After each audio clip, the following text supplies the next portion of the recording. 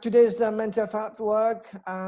Definition quickly. I'm sure Maria will touch on that as well, but I'm sure you know the organization now called WHO, which is the World Health Organization.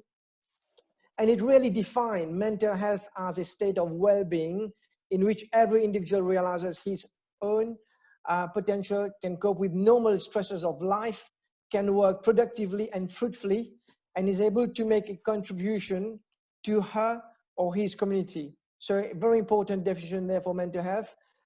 Again, I just want to touch on that as well, is a few quotes which I got from last year in some building magazine.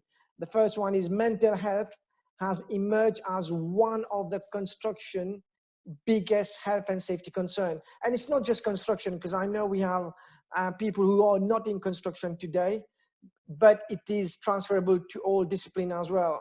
And there was a quote from James Rudeniff, Managing Director of Mates in Minds. And he goes on about to say, getting people to open up about mental health continues to be the most immediate and effective starting point. So we cannot underestimate this important first step, helping to provide clear language, create general awareness, and help people to recognize that everyone has mental health the same way that you have physical health. You know, just the same thing, you've got an injury, it could be an internal injury as well, which you don't know. I want to just show you a quick video before we present Maria formally, so off we go. I am a mother, a father, son, daughter, brother, a sister. I am a student, stay-at-home mom, construction worker, volunteer. I am loving, smart, funny, generous, way too generous. I am all of the amazing things you see. But there's something you can't see. or don't see. Something that I don't let anybody see. Like when I'm alone. In a room full of people. You can't get out of bed. And maybe I've gained weight. Or lost weight. Why do men always lose weight? It can get dark in here. Really dark. Addicted to food, The web, Work, sex, alcohol, Something to take the pain away. to feel happy. To feel something. anything, nothing, Because depression isn't a mood. It's not a passing thing. or a bad day. It's a disease. I can't just get over it. It feels like I'm underwater. Drowning. And sometimes I think you'd be better off without me. I am telling you this, all of this. Because I need help. and you are my wife. My dad, My husband. my kids, My boss. So please, don't judge me. leave me. Fire me. Please be patient. Don't give up on me. Just be there for as long as it takes. Just because you can't see it doesn't mean it isn't real.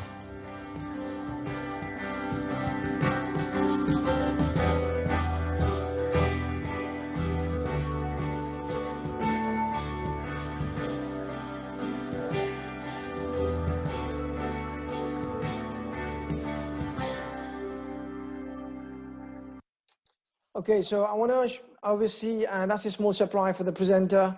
A small video from her before we start. I'm here to launch on behalf of the Construction Industry Council the Roadmap for Change. So this is a digital platform bringing together all of the great work that's happening in the industry to bring change. So things that are happening around diversity and inclusion, improving the image of the industry, inclusive design, all the amazing work that's happened is going to be put together in one place, and we're going to join the dots with the website www.roadmapforchange.org.uk. Okay, so just quickly before we just getting to 5:10, you've seen Maria's obviously introduction with a career spanning over 20 years in the industry as a quantity surveyor, project manager and risk manager. Maria's interest in personal development led her to become a qualified personal and business coach in 2012.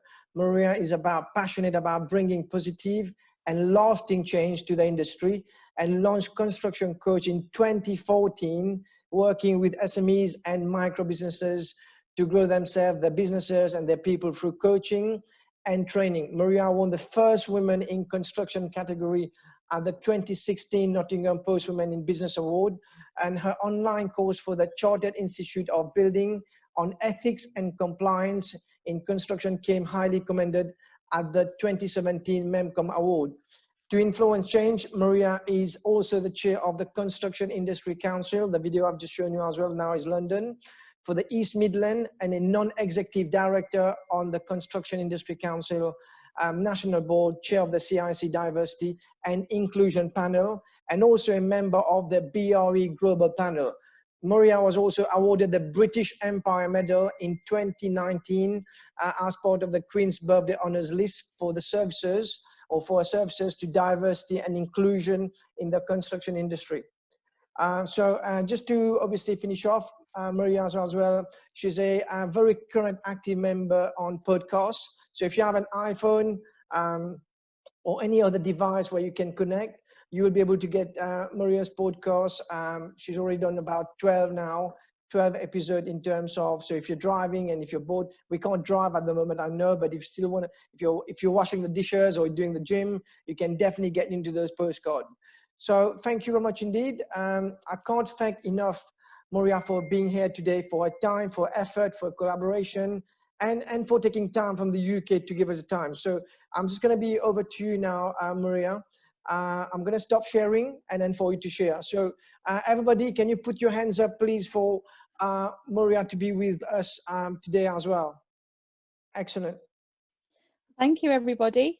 So exciting to be here. Right, I'm going to start sharing my screen, trying to do it quickly. Yes, just take your time, no pressure.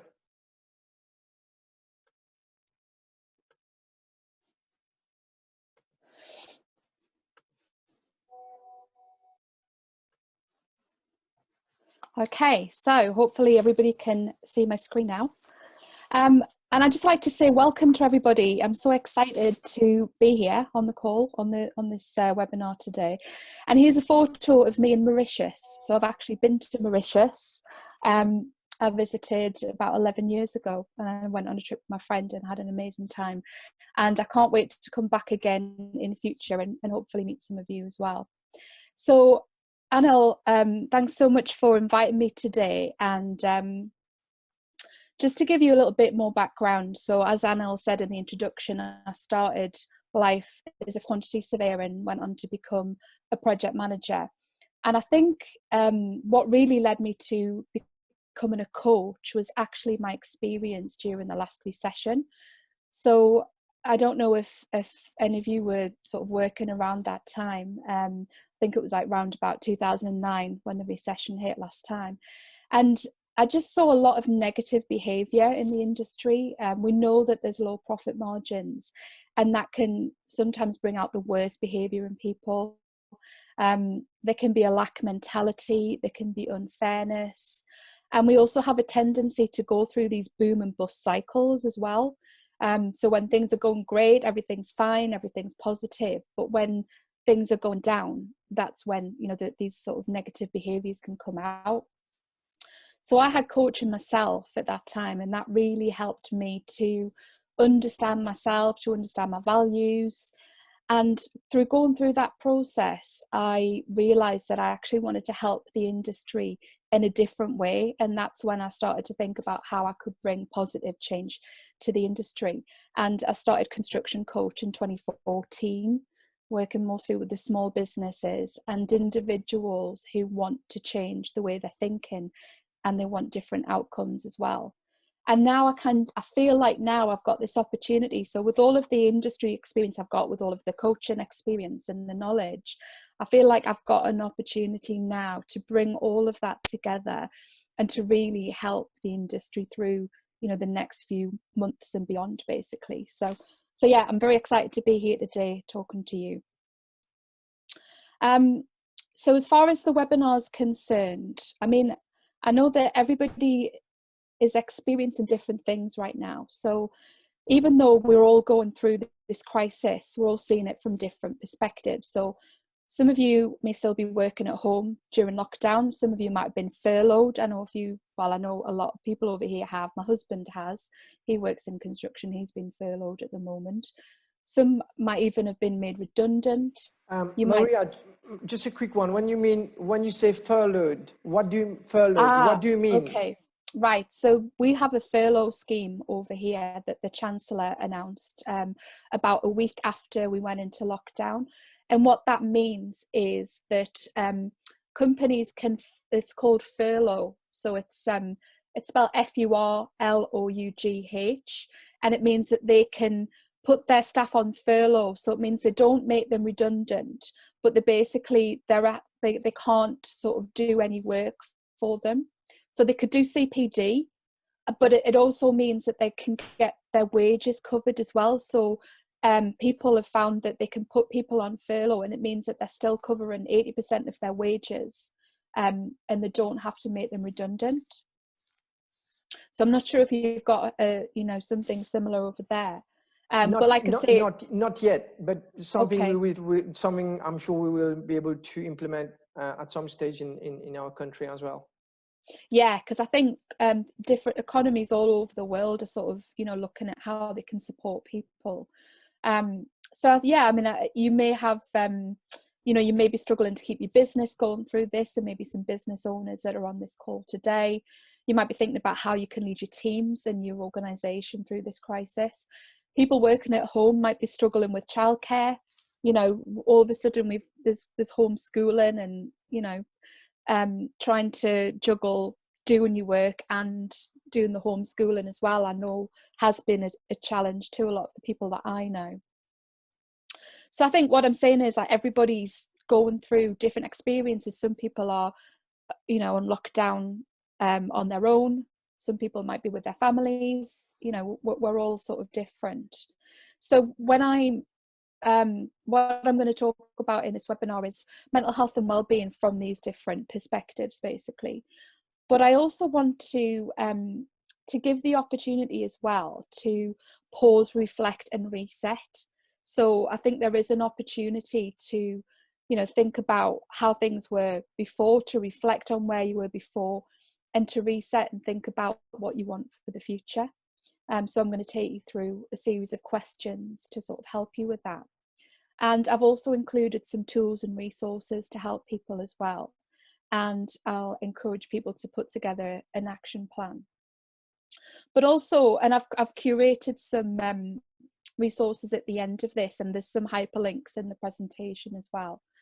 But also just to say that, the videos that you shared at the beginning, I mean, I experienced depression myself back in 2003, so I know what it's like. I'd never experienced anything like that before. Mine was reactive depression to particular circumstances. There might be people starting to feel that way with the circumstances that we're in right now. And some of the tools and the resources that I'm sharing today were ones that helped me through that process as well. So I'm going to ask a deep question. I'm going to take you through this right now. So this is a question that really fascinated me when I was training to be a coach. So when I was training, I had academic essays that I had to write. And one of them was about coaching to enable change. And as part of that, I researched and I analysed like what makes us who we are. Because how do you ever ask yourself that question? It's like, oh, wonder what makes me who I am. And, I mean, I'd never gotten that deep before. You go about your life, you where you are, you're doing what you do on a daily basis, and probably don't think about that. So I started to look into that. And so what makes us who we are? So it's a combination of things. And I think what I like about this picture, apart from the fact that it's cake and I love cake, but when I was writing the ethics course, part of that ethics course was getting people to think about who they are and why they make the decisions that they make. And there was one night I was trying to think, well, how do I describe what makes us who we are? And I don't know whether I was just particularly hungry or what, but this rainbow cake image came into my head. And what I liked about it was like on the outside, it all looks the same, but when you cut through it, that's when you see the different layers. And that's like, you know, what makes us who we are. We've got all of these different layers, like childhood upbringing, beliefs, and beliefs are influenced by your culture, your family, your religion. You also might have limiting beliefs. So if someone in a position of power or influence has told you you're never going to be good enough, then that's something that you could take through your whole life if you don't do work to break through these limiting beliefs. And that can really impact on your confidence as well. And values are so important. So like what, you know, what is important to you? This was a big game changer for me, because when I went through that process of discovering what my values were, I realized that my number one value is fairness. So all the times when I'd been working and I'd seen unfair behavior and it really pressed my buttons, it all made perfect sense once I understood that about myself. And that's one of the things that's really sort of driven me forward. Like I want to kind of stamp out that unfair behavior that, you know, we can see. And I want to talk about human givens specifically. So you may not have heard of the term human givens before, but human givens, so this is a framework that originated in the field of psychotherapy, and human givens are a set of human emotional needs. And if they're not being met, then this can impact on our health and well-being. And these are, so we've got security, which is safe territory, an environment which allows us to develop fully. We've got attention, to give and receive it, a form of nutrition. Autonomy, having the power to make your own responsible choices. Community, feeling part of a wider community. Privacy, the opportunity to reflect and consolidate experience. Meaning and purpose, which come from being stretched in what we do and think. Intimacy, to know that at least one person accepts us for who we are. Status, sense of status within social groupings. And achievement and competence. So if you think about it, what we're going through, this crisis that we're going through, it's definitely impacting on, you know, these emotional needs. So security, I mean, you know, every time, I mean, when I leave the house, I tend to come out of the village on a weekly basis when we go and do the shopping and things like that. And that's when you start to get nervous, you know, when you're going to the supermarket and we're doing the sort of, you know, the social distancing. So you might have to queue to get in, and you've got to make sure that you're wiping everything down. And you see some people wearing masks and some people not. And, you know, I think you can feel protected sometimes, like where you're at. But when you sort of start to get out, that's when you can start to feel that kind of sense of fear a little bit, I think.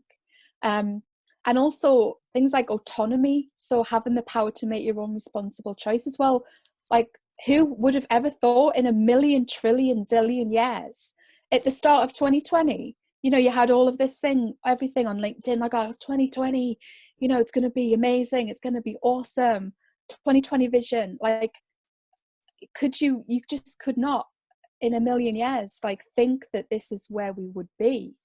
And all of a sudden, like, you know, that kind of autonomy, that power has been taken away. So it's bound to be impacted on our mental health and well-being.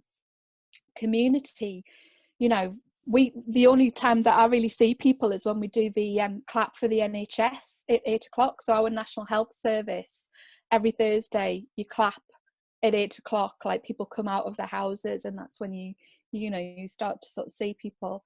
I mean, obviously we do go for walks and things like that. But yeah, and there's people that have been, I mean, I know people who are in relationships who are separated.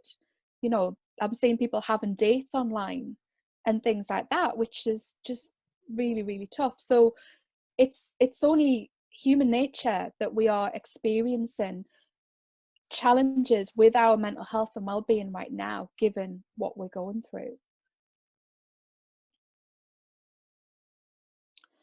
But I guess, and the other thing I wanted to reflect on as well was the the differences between men and women.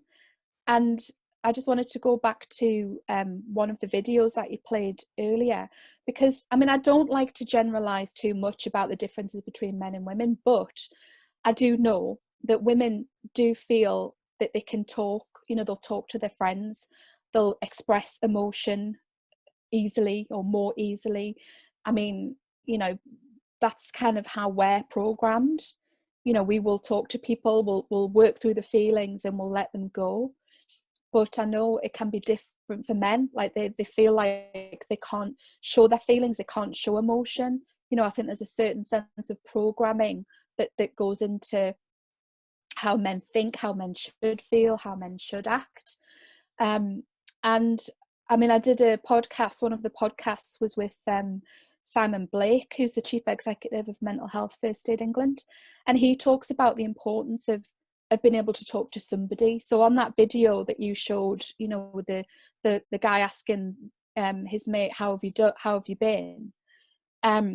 You know, I think it's so important to have at least one person that you can talk to. And I remember a while ago I was delivering some leadership and management training, and I ended up sort of doing a one-to-one coaching session with one of the men that was on the course. And I started asking him a couple of questions, and then it just felt like the floodgates opened with him, and he completely broke down, like, you know, was in tears, broke down, and just started talking about the fact that, you know, he'd gone through so much. Like his dad had been ill, he'd separated from his partner, he was feeling under pressure with work, and it was just like, just by sitting down, I'd sort of given him that permission, and he just broke down and just let out all of these emotions that he'd obviously been bottling up for a long time. So I just think it's really important to be able to find somebody to talk to within your social circle and social network. I'm going to talk about tools and techniques that can help you, you know, get through this in the next sort of few months. But I also want to get you to think about some big picture thinking as well. And I wanted you to think about the idea of what you can control, because you may be feeling out of control at the moment, but there is one thing that you can control, and that's your thoughts. So this is a quote from Viktor Frankl, and it is that everything in life can be taken away from you except for your freedom to choose how you respond. And I don't know if you've ever heard of Viktor Frankl, but he was an Austrian neurologist and a psychiatrist who survived the Holocaust. And he wrote a book called Man's Search for Meaning. And it was his mindset and techniques, and using techniques such as visualization, which I'm going to talk about in a little bit. And that got him through those terrible experiences. So like he proved by, you know, writing the book and sort of using these techniques that, you know, you can control how you respond, which I think is hugely inspirational. And Maria, just quick one. What's the book? Yeah. What's the name of the book, please? It's called Man's Search for Meaning. Man's Search for Meaning. Excellent. Yeah. Thank you very much. Thank you. That's okay. And I just wanted to talk about fear. So, you know, we're all experiencing fear right now, and I think it can come through waves. You know, some days you can be okay, some days you know you're not. And I just wanted to share with you this story. So I saw this recently in a book that I read by a woman called Kubi Springer, who's the author of I Am My Brand. And I recorded a podcast with her recently as well. And the story is, there was once a young man who was about to turn into an adult. And as part of the local tradition, he went to the medicine man before he became an adult in the tribe. When he went there, the medicine man told him, "Here is this dog. It represents love, joy, positivity, happiness, kindness, and faith. Here is this wolf. It represents hate, pain, negativity, cruelty, and fear. Both the dog and the wolf live inside of you, and they're fighting." And the young man looked amazed and said, "Who is going to win?" And the medicine man took his hands and said, "Whichever one you choose to feed." And I just thought that was so powerful. So, you know, are we going to feed the wolf or are we going to feed the dog is the big question. And thinking about the concept of like pause, reflect and reset that I was talking about at the beginning. I think we need a different way of thinking to get through the next few months. And we definitely need to feed the dog and not the wolf. And I feel that if as individuals, you know, we can look at this, then I think that's going to make a difference collectively to the work that we're doing, to the industries that we're in. I know most of you are in sort of property and construction. I know some of you aren't, but I think, you know, we definitely need to have a different way of thinking to sort of to get us through. And I want to give you your actions a focal point. So I'm going to give you some tools and techniques to have a look at, but I think it's important when you've got a focal point to work through so that you feel like you're actually working towards something, especially if you have been feeling out of control by the circumstances that you're in. So I want you to think about your bigger picture. So if you're feeling out of control, like everything's been taken away from you, it can be hard to take positive action. But thinking about who you are, what your values are, and what your purpose is, it can help you really identify what you want for your future. So, you know, for example, with me personally, I remember working as a project manager when I first started getting into coaching. I felt like I was destined to do big things. Like I had no idea what. I felt like inside that I was destined to bring change. I had no idea how it would happen. But, you know, that was like the feeling that I had about my purpose. And that's kind of what drove me forwards, you know, to do what I'm doing now. So, you know, think about where you want to be in 12 months' time. It could be in a job that you love, having more of a balance at work. You might want to be achieving professional qualifications. So some of you might be working towards becoming chartered surveyors or something like that. You might want to change in career or role. And you might have successfully navigated your business through this crisis. So we'll all have different things that we want to achieve. And I think it's really good to think about where you want to be and have a goal for the next 12 months, almost like a North Star to guide you through. And just reflecting on purpose.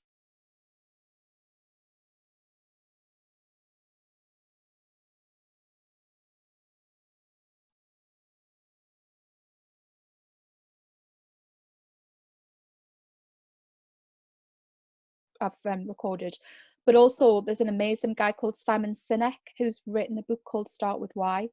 So thinking about why you do what you do can be really powerful as well. And there's a technique that you can use called future mapping. So this was something that we used.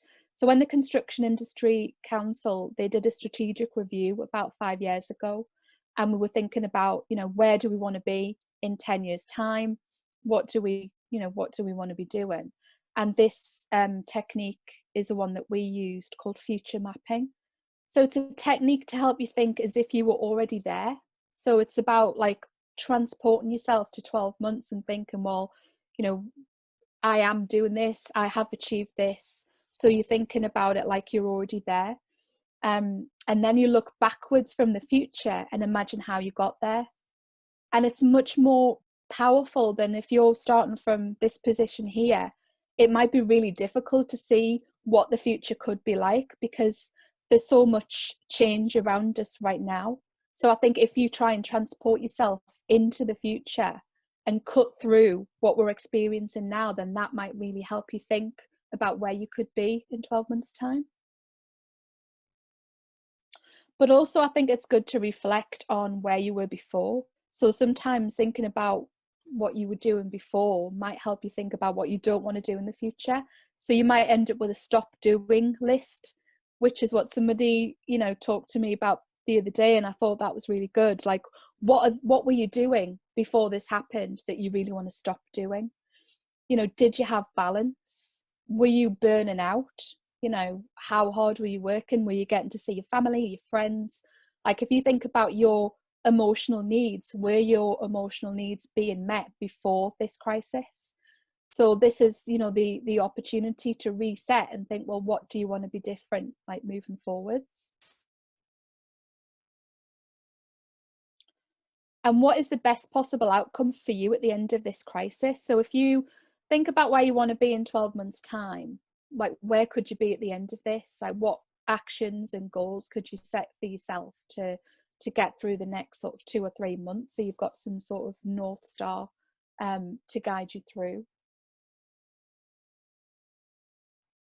And what action can you take during this crisis to get you closer to where you want to be? I think is a big question. But also, you might be feeling like this. Like it's really hard sometimes to, you know, to get going to think about if you're feeling like, you know, you're feeling sad, you're feeling out of control. It can be really difficult, and I totally appreciate that. So I'm just wanting to share some resources that's going to help you right now if this is how you feel. So there's some links here that I've put into the presentation. So the first one is about how you can meet your emotional needs through lockdown. So we talked about the human givens at the beginning of the presentation, and how some of these emotional needs won't be being met because of the situation that we're being in. But this information, this resource, helps you think about how you can meet those needs in the current climate. So it's things like creating routines to give yourself structure. Like some of you might have routines already, but if you haven't, then that's definitely something to think about. Also, spend time remembering when you've had to be cheerful and optimistic in the face of adversity. Like, you've been through stuff before, like we've been through stuff before. And the woman who was in the very first video, was that the blue something? I can't remember. Yeah, it was to do with blue. Yeah, Beyond Blue. Yeah. So she was talking about the fact that this is temporary. It's not going to last forever. We will get through it. So I think, you know, it can help to sort of think, well, when have you got through stuff before? And that helps build your resilience as well. And also, if you're in lockdown with family, if you've got a big family, you know, things like you could agree a space with your family, which people can use to spend some time alone. So if you're struggling to sort of, you know, get some time on your own, free from distractions, and that's something to think about. But also you could use this as an opportunity to learn, you know, to improve skill well. So if you're working towards professional qualifications, I know there's quite a lot of free CPD that's available. The RICS have got free CPD that's available right now, for example. And this is what one of my clients is doing. So she's a trainee design manager. I'm working with her, and she contacted me because she wanted to feel more confident in her role and more competent.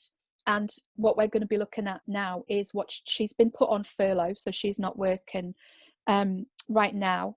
So we're going to be looking at, you know, what she can do with her time, what CPD she can do that's going to help her career sort of moving forwards. And also Mental Health First Aid England have got some great resources. I don't know have you heard of them, Anil? The mental health, yes, I have. I've done lots of research with them, so they're quite an active group, if you like. So I've heard of them, so I think it's good that you put that on the slide, because many of the colleagues here today, they can obviously, is that just you click on Google Mental Health First Aid, and then that should get you to the website? Well, so this link will take you to their resources page. Yeah. So they've got some brilliant resources on, you know, what you can do now. So almost like a guide to like working from home and things like that, and how that can impact on your mental health and your mental well-being. Yeah. But they've also got some resources on stress and a toolkit for tackling stress as well. So if you're stressed, the chemical reaction in your body shuts down the creative thinking part of your brain. So if you're trying to like think, you know, big picture, if you're trying to think through a problem, if you're stressed, you're closing down the creative thinking part of your brain. That's like the chemical reaction that you go through. So there's some great resources on there to help people understand stress more and to give them some tools and techniques to handle stress as well. I mean, there's one tool and technique I'll share that really helped me. So it helps me now, but it also helped me when I was a project manager as well. And that's called 7-11 breathing. So you breathe in for 7 counts and then you breathe out for 11. And it really helps calm you down in the moment.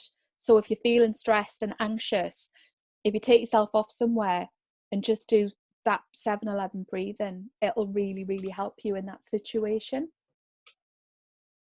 Okay. And also, it's important to build your resilience muscle. So there's a link here. I mean, I think most of you have heard of Facebook. Well, you're probably all on Facebook. Sheryl Sandberg is the Chief Operating Officer of Facebook. And she wrote a book called Option B. And that was after she went through the loss of her husband. So her husband died about 5 years ago. And she turned to a therapist called Adam Grant and asked the question, how do I build resilience? And the book that they wrote is called Option B. And she's got some free excerpts from that book on their website at the moment. So the link on this page links to those free excerpts, and there's some really good information on there to help people like build resilience. And one thing that she talks about, and this is something that I try to do on a daily basis, is daily gratitude. So if you can find things to be grateful for, it definitely helps your mindset in that moment. So like, you know, if the other night I woke up in the middle of the night, you know, worrying about something, but I started to think about what I'm grateful for. Like, I'm grateful, like I'm in a warm bed, that I'm comfortable. Like, it can just be little things. Like, I'm grateful that the sun's shining. I'm grateful that I've got a hot cup of coffee. I'm grateful that I can have a hot shower. Like, it doesn't have to be, you know, it can be just the little simple things that you can find to be grateful for that can start to help you, like when you're in that moment, like when you're feeling a bit lost. And I know it does my husband's head in sometimes when I'm saying, well, what have you got to be grateful for? But then he totally flips it to me as well. Like, if I'm feeling, you know, if I'm struggling, he's like, well, you know, what have you got to be grateful for? So we kind of like coach each other now and again. Maria, I've just quick one. We've got some, I've got a common question. Are you okay to answer it? Yeah. I've got a common question here, and one of the questions that's coming up is, in fact, it's 2 questions. There's lots of colleagues at the moment who's doing their studies, their chartership, any studies as well. They're all feeling down right now.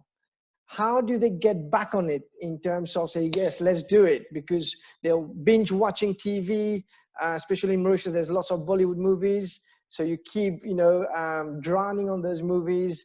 But how do you get back on it? You know, that's the first question. Maybe you can answer that, and then I'll ask you the second. Yeah, well, getting back on it, I think it's about setting yourself some goals and targets, and maybe like get some accountability set up. So maybe you could get yourself an accountability partner. So if you know somebody who is studying as well, like if you know, set each other some goals and targets and really cheer each other along. Like, this really works for me personally because, you know, who coaches the coach? Well, another coach. You know, I've got someone that I work with who helps me set targets and goals and kicks my backside if I don't do them. And that's what I do with my clients. You know, I was doing a session with one of my clients in Cameroon yesterday and totally kicked her backside because, you know, it's, you know, you've got to get on this, like, but you need some accountability because it's, you know, we're bound to be, we've been transported into another world of like Netflix and, you know, all sorts of things like that. And, you know, but it's, I think this is where not losing sight of the bigger picture is really important, because the more time you waste, the further away from where you want to be, like, you'll get, I guess. So accountability is key, and having a proper mentor. Every Yeah. time you're depressed, speak to him and just be there. And obviously they'll make sure you're on track. The next Yeah. question is, do you think that we should be doing monthly mental health talk? So like toolbox talk, but not just in construction industry, but any discipline you are right now, HR, construction or retail. Do you think every week we should be talking about it for maybe 20 minutes on a cup of tea for a quick meeting with the guys, whether it's Zoom, Skype, or when we go back to office around the printer? What's your views on that? I totally think so, yeah. I think if you can create a regular space to have those conversations, it's gonna, people are gonna feel more comfortable, and they're gonna open up more. Like, the more that you create the space for people to do it, the more that they will kind of think, okay, so this isn't just a one-off. Like, you know, when I did the podcast with Simon from Mental Health First Aid England, he was saying that when now people are communicating online, what people are finding is the first part of the online meeting, people are actually asking, well, how are you doing? Because we're in a crisis. Like, how are you doing? How are you coping? Like, you know, how is your family doing? Like, people are asking those questions that if we were face to face in a meeting, they wouldn't have asked, or they wouldn't, you know, they might have dismissed it. So I think, you know, there's some things that we shouldn't lose coming out of this, and that asking each other how we are and how we're doing is definitely in creating space for that. I think that's a really important point you mentioned, because I've been doing meeting for the past 3 weeks and nobody asked me how I am. It's always been like, let's go down it. Where are we? Did you issue the PM report? Did you do this? It wasn't like, Anil, how are you? And I'm sure many of you listening right now, doing Skype meeting and Zoom, I think it's about just saying, how are you doing? And have a chat before we start the meeting really officially. Yeah, definitely. Because I think people are, you know, people have been struggling to sort of to work from home and to kind of to find that like motivation, which I totally get. So, but I think asking how people are, I think, is so important. Yeah, excellent. Thank you. That's okay. So where was I? Okay, meditation. So I'm not sure how many people have tried meditation before. This is something that I've been doing for quite a while. And, you know, there's different ways of meditating, but it can just be as simple as just focusing on your breath, basically. But there's also some apps that can help with meditation as well. So if you have a look on your iTunes or Google Play or whatever, there's an app called Calm, which is really good. And they've got different meditations to, like, different guided meditations to help. And also, if you're having trouble sleeping, they do bedtime stories. So I know a few people who listen to the bedtime stories on their apps, and it's really helping them like get to sleep. And also Headspace is a good app as well for meditation. But there's a podcast link on this page. So I recently recorded a podcast with Joanna May, and she's from the construction industry. So she used to be a commercial manager, and she now teaches meditation. And, you know, she talks about how meditation, it improves your performance and it improves your thinking, because she talks about the brain. It's like being like a computer, like an operating system. So like, you know, have you ever had on your computer like loads of windows open? So like, you know, you'll have loads of spreadsheets. I mean, I'm thinking back to when I was a QS and project manager, there's always loads of spreadsheets open and different things. We have plenty of QSs here. I'm sure they will relate to you. Exactly. But the more that you have open, the more the operating system can be a bit slow sometimes. So meditation, like the way she talks about it in this podcast, is about using meditation to shut down the windows that are open in your brain. So every time that you get stressed or you're going through, you know, some emotional experience or turmoil, it's like you're opening a window in your brain, like you're opening a window on your computer, but you don't close them down. So if you keep these windows open, they're going to deplete your energy system. So what meditation does is help you to close these windows down so that you feel in your energy more, and it can help you to stop like burnout, prevent burnout, and all sorts of things like that as well. Yeah. So I definitely encourage people on the call to have a go.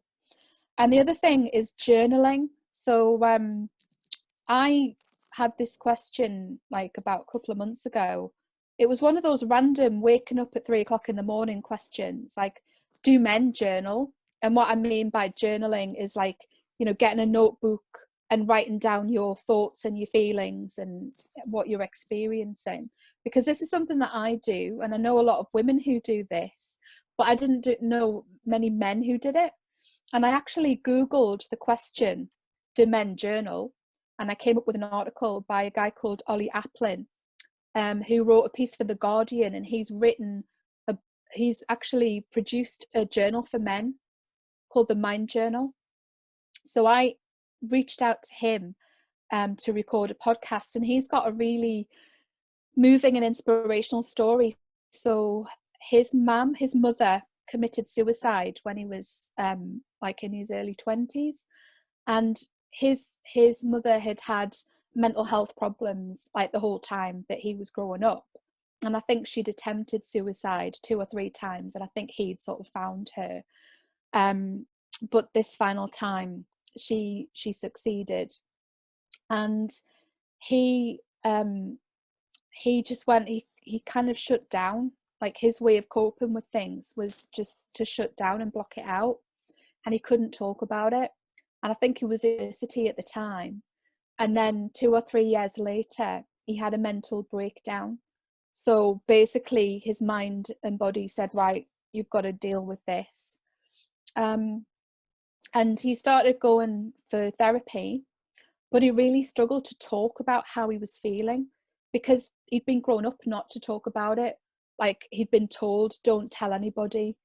Those were the things that his mother would be saying, like, don't tell anybody, about what you're experiencing and things like that. And he felt like he couldn't speak. So his therapist recommended that he started to journal to try and get his thoughts and his feelings down. And that really helped him to articulate how he was feeling. So then he could start to process it with his therapist. And that really, it helped his recovery. And that was what prompted him to design the Mind Journal.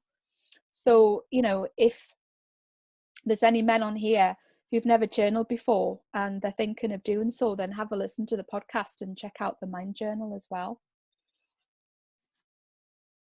Maria, the podcast, is it the podcast from Ollie himself, or the podcast is from you? Did you do an interview from you? I did an interview, yeah. Okay, so that's on your podcast, which I've showed earlier on the slides, yeah? Yes, that's okay. right. I will, just to let the participant know, I'm getting question where the podcast is. I will give you the podcast after the webinar. So I'll send you the link for mental health and the podcast link. So all of that will be available to you. Yeah, thanks, Maria. Absolutely. Thank you.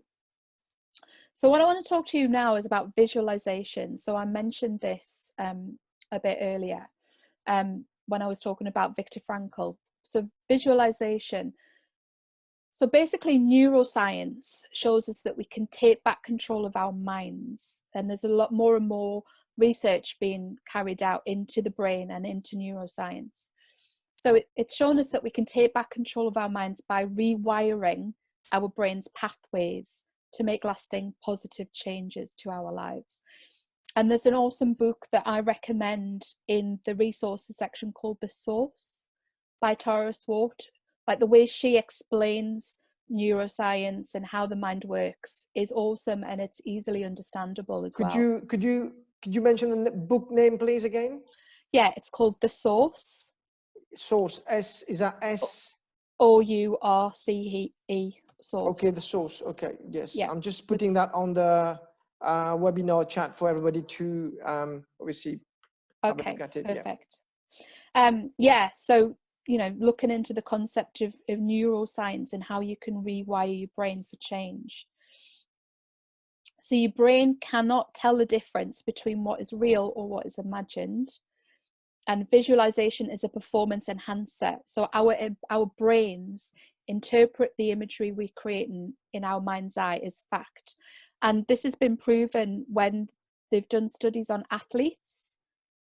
So if you, like a lot of athletes, if they're working with sports psychologists, they'll visualize in their brain like running a race before they've actually run it. So they'll visualize it in their heads beforehand.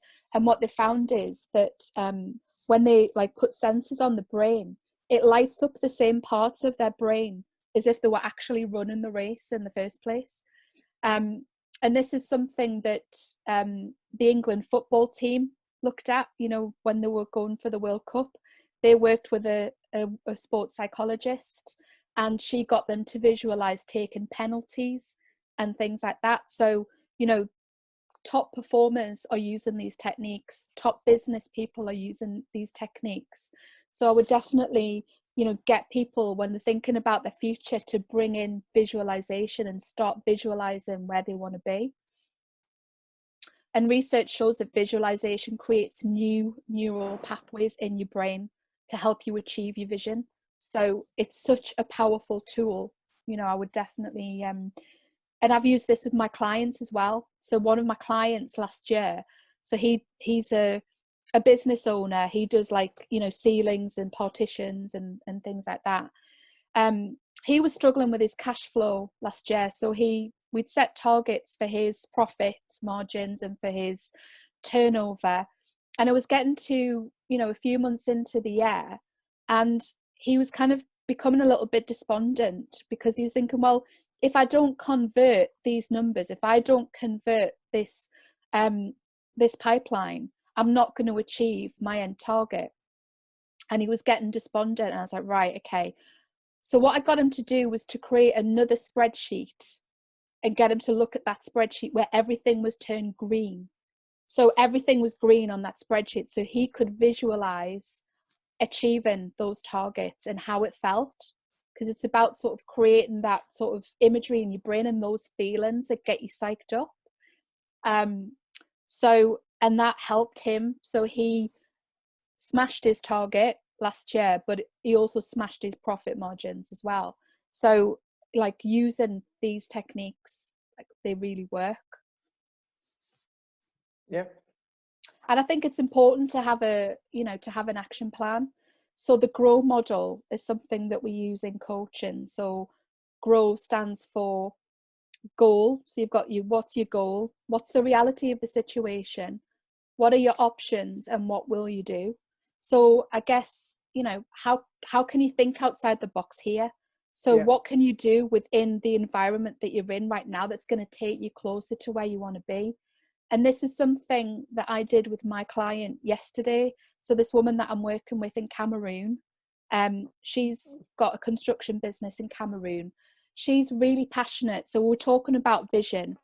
Her vision is to bring affordable housing to Cameroon. Like, she's really passionate about that. And she was all set to start with the project, and she's had to put that on hold. So when she came on the coaching call yesterday, she was really deflated and despondent. And so what I got her to do was to set some goals and targets of where she could be at the end of this crisis, what she wanted to achieve in the different areas of her business. And so now she's got a list, and she feels inspired again to get going. So, like, you know, she's got investors that she wants to contact. She's putting together a pitch deck. You know, there's some slides that she can talk to people about. You know, so it's about how can she continue to get fired up about, you know, the future within the confinement of what we're experiencing right now. And it's about taking back control. It's about you working towards something. So again, going back to, you know, what you're saying about the students feeling despondent, it's time to take back control. Like, we've had stuff stripped back, we've had control taken away from us, but you can take control back. Yeah, absolutely. And take back your power. And I think that's so important. And just to think about, like, you know, leaders and managers. So there might be some leaders and managers like on this call right now. So I guess to think about the question, like, what is the best possible outcome for your organization and for your people? So, you know, that's a big question that you can think about right now. And set goals and targets, and think about productivity as well. So, you know, how are you communicating with people as well? But are you being strategic with your talent? You know, there's going to be younger team members that might be able to help you with your brand, with your vision. I definitely get leaders and managers to listen to the brand podcast. So even if you've never listened to a podcast before in your life, if you're going to listen to one podcast, I would really recommend that you listen to the brand one with Kubi Springer. Kubi Springer is awesome. Like, she's worked with Justin Timberlake, Rolls-Royce, Aston Martin, Beyonce. Like, she's just phenomenal. And that podcast was just so inspiring because she was talking about like what people can do now in this crisis, you know, how they can involve their team members, how they can involve younger members of their teams to really engage with the company vision, you know, helping them with social media, like all sorts of things like that they can actually bring to the company.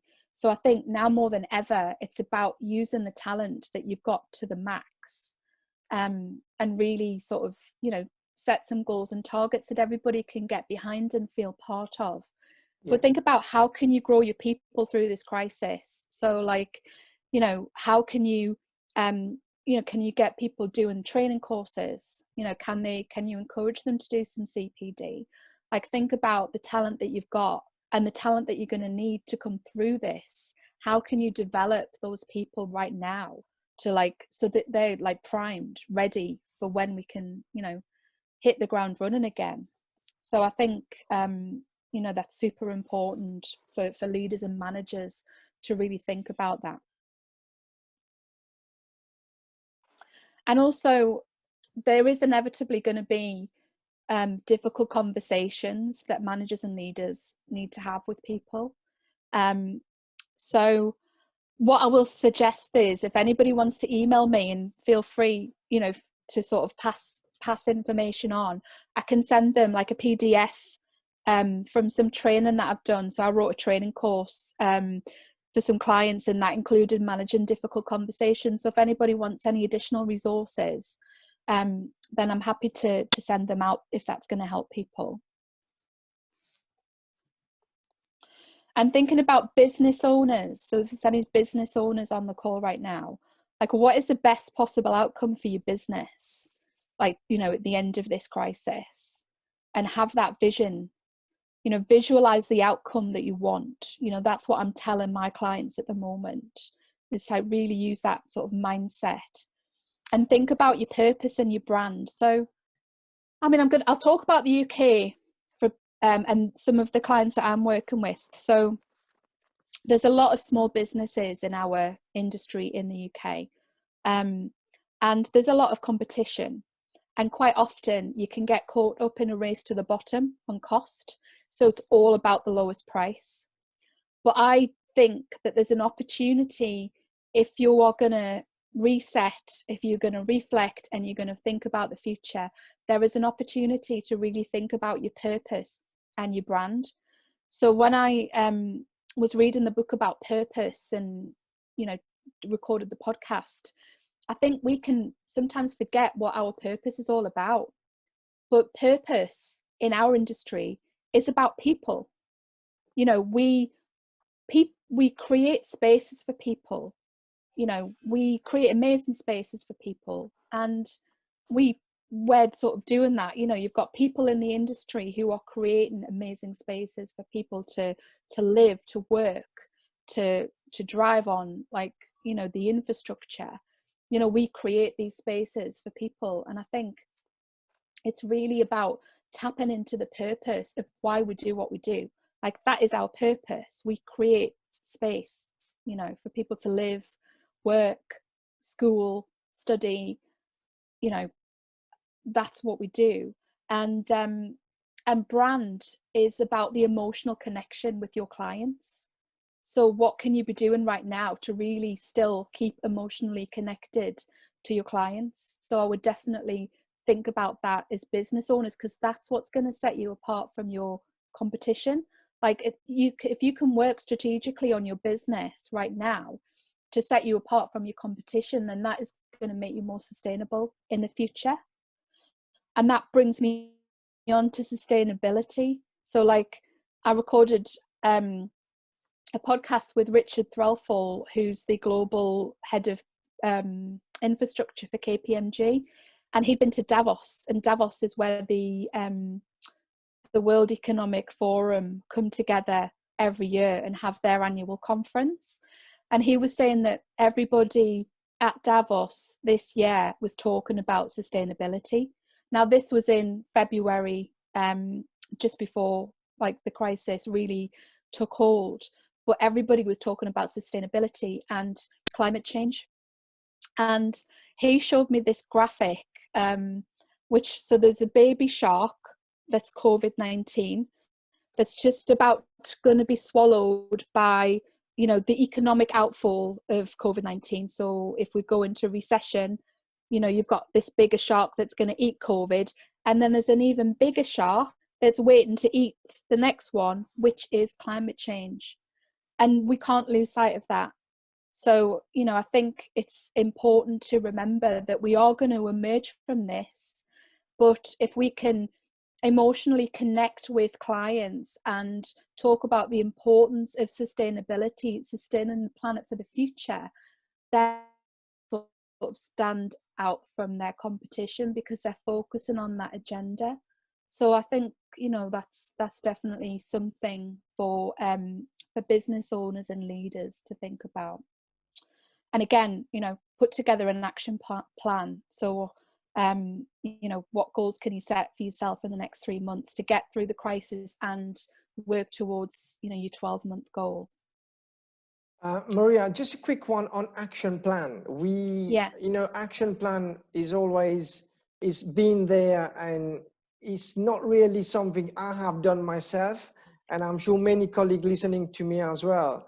How do we get to make a move and write it? What inspires you? What drives you?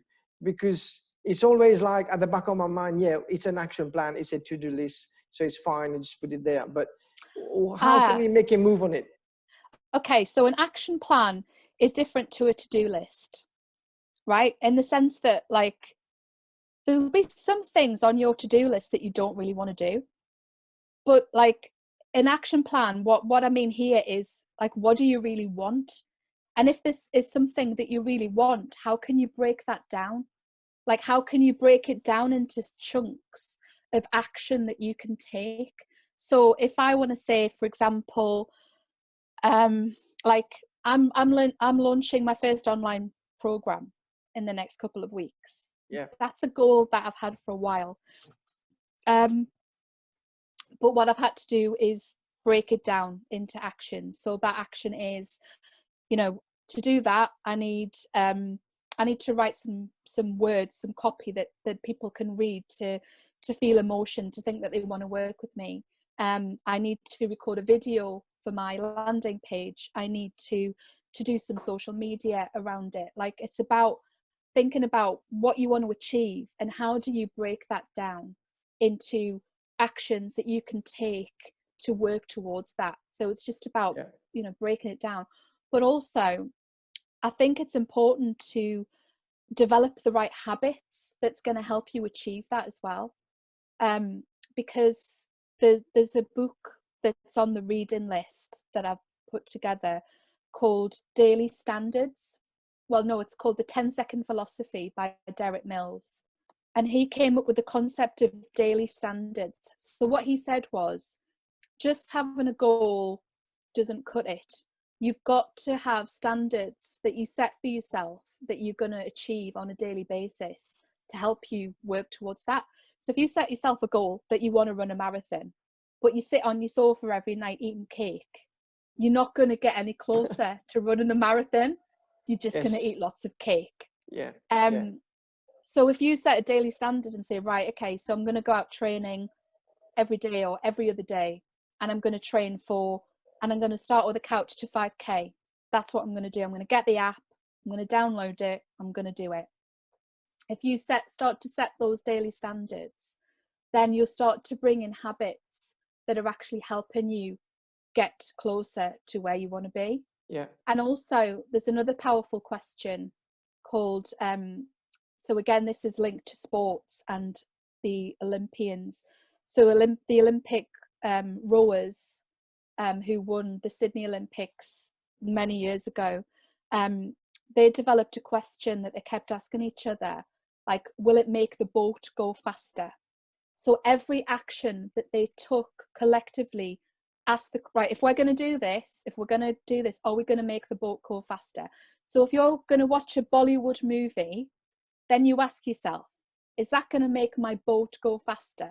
Or is it going to make it go slower? So there's little things like that that you can start to bring in. Okay, thank you. And that's it. I mean, that's everything that I wanted to go through. I don't know how we're doing for time. No, Have it's I gone brilliant. over? No, I think it's lovely. We are still on 100 participants, really active. I'm just going to pick up some question quickly from the candidates. So one of the participants mentioned that David Beckham was visualizing his free kicks. Yeah. And I found that really, thanks for whoever sent that over. There's one question from a candidate starting at 5:30. His manager's giving him a hard time, and he's really depressed. Every time he do something, his manager put him down. Any suggestion on that for few words? Manager trying to bully, colleagues at work, and they just want to get out of it, really. Yeah, I mean, I think I've experienced that myself, like when I was working as a project manager. And I think this is where it can start to impact on your well-being, because if you feel that you're being bullied, then, you can start to believe like what people are saying. But I think it's really important to take a step back and take the emotion out of the situation and just like write things down in black and white. And I think it sounds like you need to have a conversation, but you need to do it from not from an emotional perspective.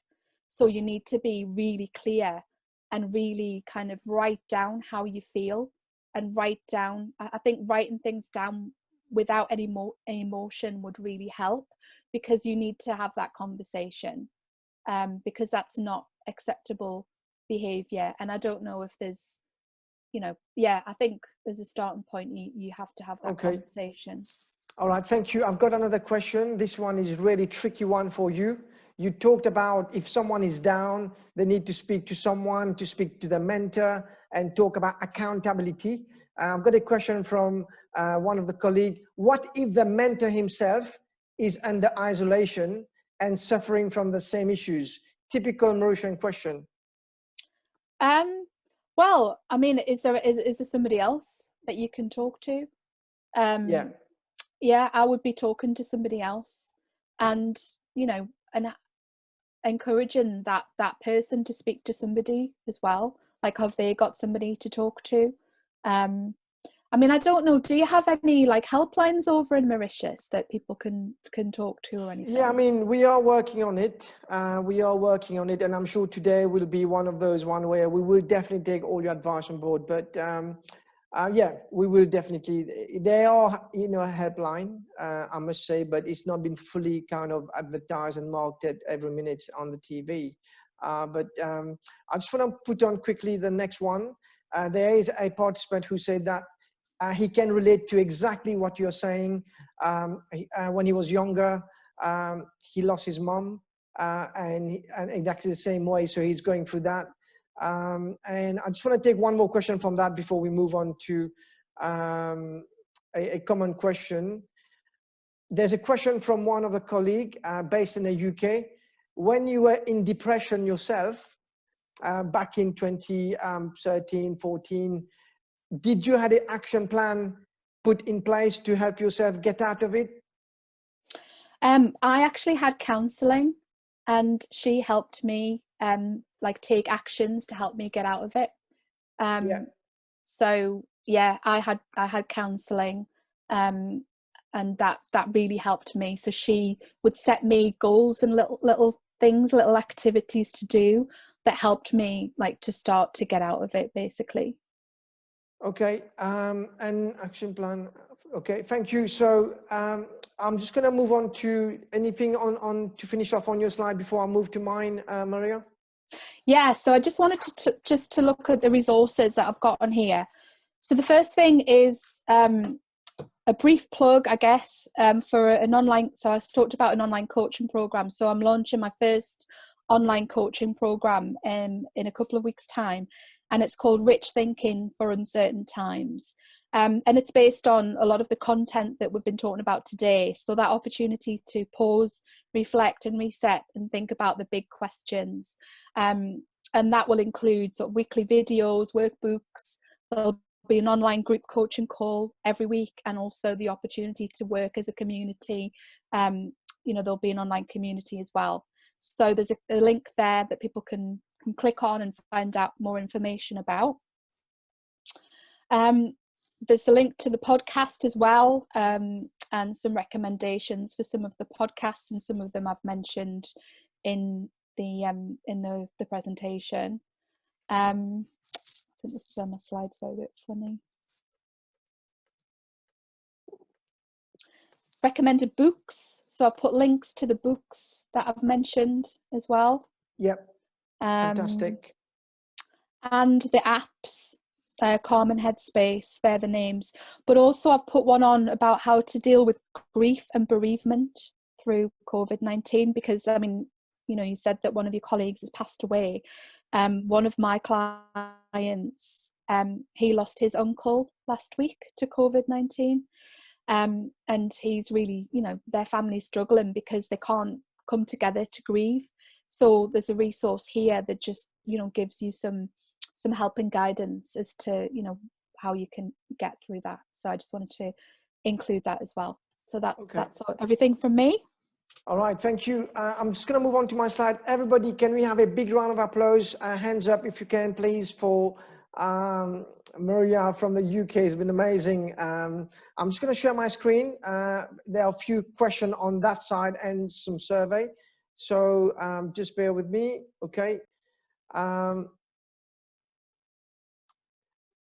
Okay. So as you can see, thank you, massive thank you, Maria. It means so much to all of us here in Mauritius as well for being here. One of the questions, Maria, is the candidate or the participant would like to know ways to deal with a post-lockdown period and how it can impact on your mental health. So all of us coming out from the lockdown, how would it all help us out? Well, there's a couple of things. I guess, there will be guidance that's been given as to, I would expect that there would be guidance given as to like how to interact with each other, like when we come out of that. I know that, well, from a construction point of view, there's going to be guidance as to, how we go back into construction and into building and how we can do that safely. I think it is going to be a challenge, but I think it goes back to the human givens. Like if you have a look at the human givens and go through that list and think about how can you meet those needs, but how can you do them safely so that you still feel like you're protecting yourself. Like I would recommend that you have a look through those, definitely. Okay, all right, thank you. And the last question, this is a good question. So mindset and mental health have always been linked with positive mindset, good mental health. Do you agree? So let me rephrase that again. Mindset and mental health have always been linked with positive mindset, good mental health. Can you decipher this? Well, because the next bit is, but there are many positive mindset people with mental health issues. Like I would agree. There are there are people with that have the positive mindset, but they do have mental health issues. But I think it's understanding yourself, knowing yourself, and knowing the triggers that can trigger you off. Because if you have tendencies where you can dip, it's acknowledging what are the triggers to make those dips happen, and how you can look after yourself and look after your mental health in those times. So if you feel close to the edge and you feel like you're on the verge of burning out, and your mind's too full, you've got to look after yourself and do things that really bring your energy back. So even if it's just like being on the sofa watching television, I do that myself sometimes. Like sometimes I'll have days when I can't do anything, and I'll just sit on the sofa and watch television for a few hours, just to kind of, bring my energy levels and look after myself. And I usually find that the next day I feel better. Yeah. One last question coming out from the participant. A really important question is, we are all in lockdown. Our transport allowance are being cut. Our salaries are being reviewed. Any advice if we do lose our job? How do we cope with that mentally? I don't want many words, but just few words. What do we do? I mean, just to make sure we are back? Obviously, we'll be looking for a new job, but what's your views on that in terms of get back on it again? I think working on your resilience is really important, and really visualizing the type of job that you would want to get moving forwards, and also reflecting back. Like a good way to build resilience is to reflect back on your achievements to date. So reflect back on all of the great things that you've done in your career so far and how far you've come, so that you feel confident, you feel that you've got that ability, you feel confident to go out there and get yourself the next job. Okay, all right, thank you. Thank you very much indeed. We're just going to move on to the survey. So I'm just going to do a quick survey, everybody. Just please, is a yes or a no. So I'm going to share that with you. Just one sec. The panelists can't see. One sec. Sorry, I'll do that again. Relaunch. Allow panelists this time. Okay. So the first question is to all the 100 participants right now. Were you aware of mental health before this presentation? Yes or no? Okay, so it's coming up. Okay, so it's quite an interesting one so far. So I'm just gonna end polling, share the result. So 80% were aware of mental health, and probably because our flyer, I did send the flyer, so they were aware. Let me ask them the second question, which will be, stop share result. The next question is mental health assistance. Okay, so the next question is, following up from this presentation, do you think you can help a colleague be mentally strong during the lockdown? Wow, 100% all the way so far. Okay, so I can, we've got 30 seconds to reply. Okay, so still coming in. Okay, so end polling. So you can see the result there, Maria, and everybody else. 90% are looking forward to help colleague in lockdown. So I'm sure your presentation has been really useful. And then one more quick survey. Relaunch polling. Allow panelists, yeah. So this one is following up from this presentation. Do you think you can help a colleague be mentally strong during the lockdown? I think we've already covered that. Yeah, that was the last question, wasn't it? Yeah, that's the second one, sorry. That's the last one. Okay, launch polling. Okay, so last one is, do you think you're better prepared mentally now to face the lockdown yourself as a participant going through this presentation, of course? A staggering, wow. So share the result for you, Maria. 93%. Again, your presentation has been super useful today. 90% say yes, they will be able to deal with it. Of course, we will make sure we keep communicating on on email, on WhatsApp, just to make sure we help others. So I'm going to stop sharing now. And thank you very much indeed. The poll was really, really helpful. So to conclude, just quick one. Nobody's alone on this one here. We're all together. And you know what you are facing, what Maria is facing, we are all here as well. So please, please, please make sure that you're not alone in this lockdown. Make sure you have a healthy body, as Maria said. Healthy mind, very important. There was a friend yesterday who talked to me about what am I doing in terms of dieting and things. Lots of fruit, lots of water, and try to minimize junk food as well, just to make sure you're healthy when you come back. I want to just share a video with all of you. In terms of, it's mainly the construction industry, but we have to have a happy workforce. So let me just go with that one, and then we'll take from there.